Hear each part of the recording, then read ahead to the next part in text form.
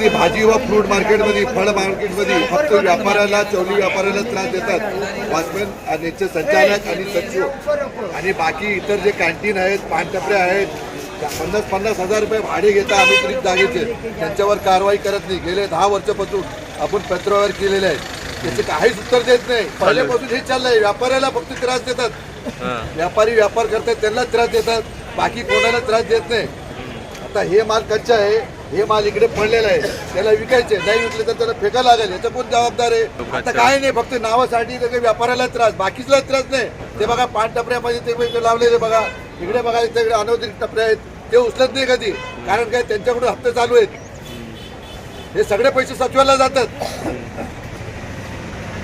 त्याच्यावर कुठल्याही कारवाई करत नाही हे लोक. संचालक असो सचिव असो या एपीएमसी ने निवडून दिलेले संचालक असो हे काहीच कारवाई करत नाही. व्यापारी सेना इस्माईल शेख नवी मुंबई.